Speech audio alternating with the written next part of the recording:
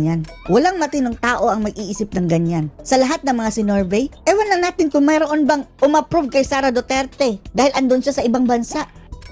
Bulok! I know Malacanang is very big on this topic. Sa fake news mga kababayan. Sana sinupalpal mo reporter no na etong ginagawa mo ngayon, Claire Castro, pinagsasabi mo, isang fake news. Sa lahat ng bagay mga kababayan, mayroong komento. Kapag ikaw ang communications office mga kababayan, ay pinaninindigan mo kung ano ang stand ng Malacanang. Hindi yung galing yun sa personal mong guni-guni. At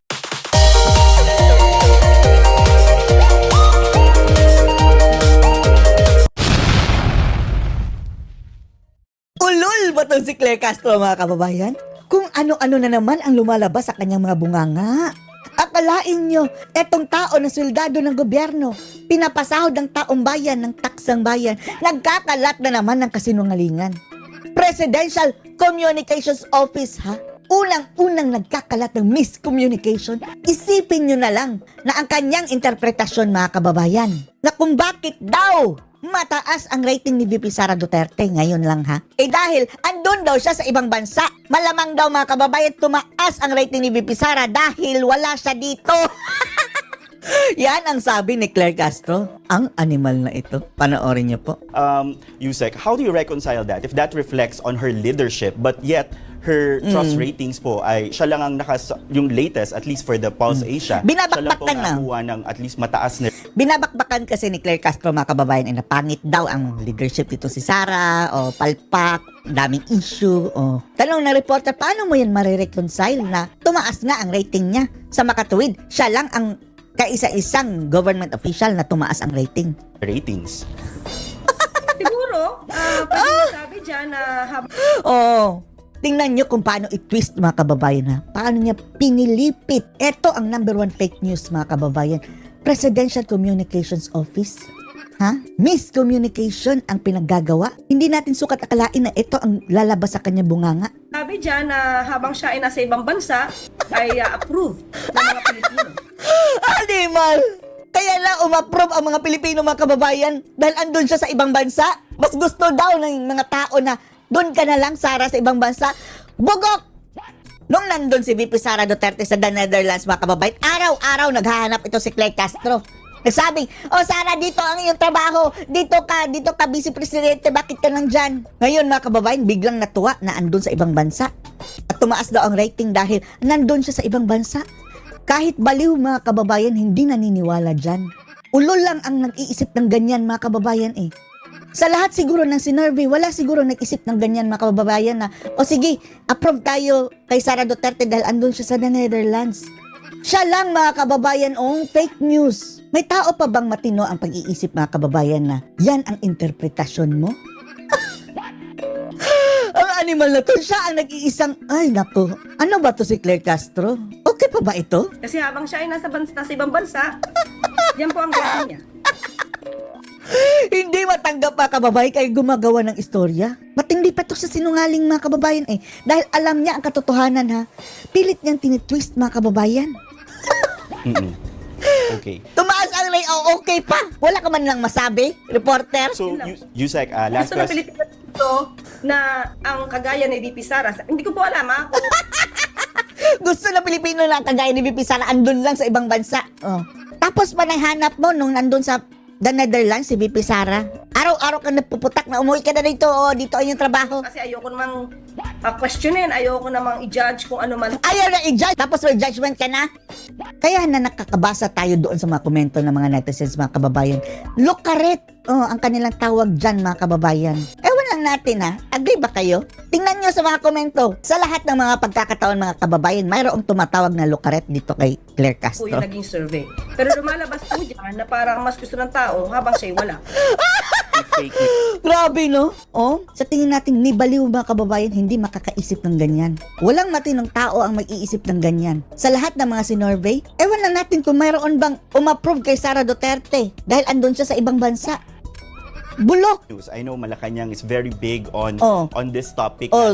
Sa fake news mga kababayan, Sana sinupalpal mo reporter no na etong ginagawa mo ngayon, Claire Castro, pinagsasabi mo, isang fake news.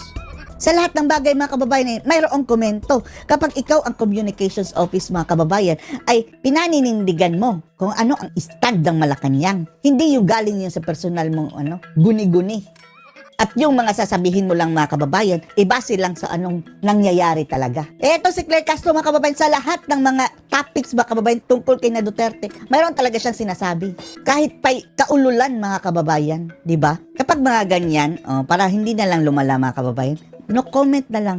Ubilib din tayo dati mga kababayan, nung panahon ni dating Pangulong Digong, yung si Abella, ang kanyang sagot lang mga kababayan, it's their opinion.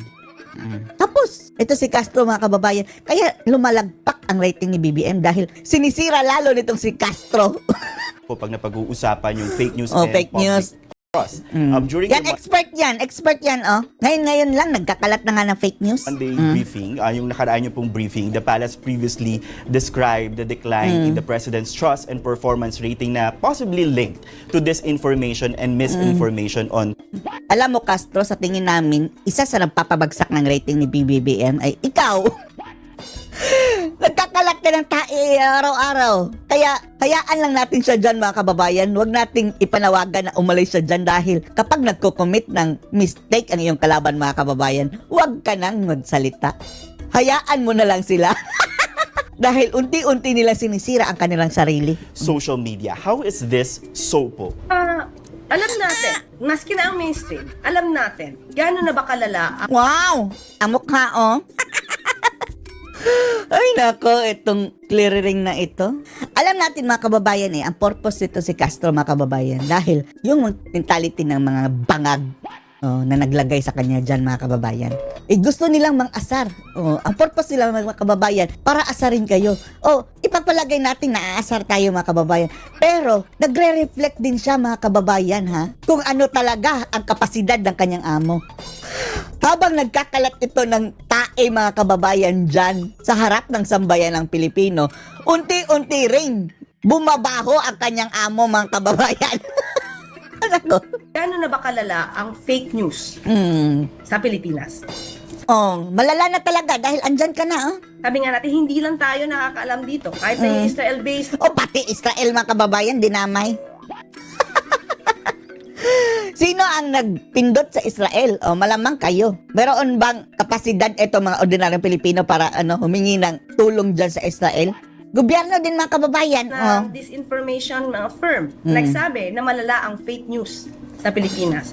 Kung ang number one target nila, or let's say hindi ko sabihin number one, ang pinaka-target nila ay ang Pangulo at ang pamahalaan. Sino ba ang may troll? Claire Castro. Tingnan nyo ang mga comment ni na bangag mga kababayan ni na Lisa Marcos, ni na Tambaloslos. Pati sa kanya mga kababayan, tingnan nyo ang nag-comment mga kababayan. Mga fake accounts ko. Pare-pareho ang kinokomento. Pare-pareho ang mga naratiba. Yun, mga troll farm, mga bots ata yun mga kababayan, mga fake accounts. At Yan na. marami ang naniniwala sa fake news peddlers. Ang tanong, Castro, talaga bang news? Ito sinasabi niyong fake news o opinion? Bakit mas pininawalaan ang opinion ng ilan kaysa sa opinion mo, Claire Castro? Yan ang malaking katanungan. Kung hindi naniniwala sa inyo, kayo ang may problema. Kaya ang magiging epekto nito, lalong-lalo na sa pamumuno ni Pangulong Marcos. Kayo din ang may kasalanan yan Dahil hindi nyo nabibenta mga kababayan si BBM. Paano ba naman mabibenta? Sa produkto mga kababayan na sinasabi ng ilan, walang kwenta. Kahit anong promote mo dyan. Kaya ang ginagawa mga kababayan, sinisiraan ang kanyang kompetensya. Sabihin, peke. News ang napupunta sa utak nyo. Natin. Sa tingin mo, ulol ang mga tao, mga Pilipino, Claire Castro, mga bobo, hindi namin alam kung anong fake news at hindi. Tanggapin nyo na lang kasi, gagaya rin dito mga kababayan, hindi nila matanggap ang rating ni Sara. Hindi nila matanggap na hindi na pinagkakatiwalaan itong si Ngagba.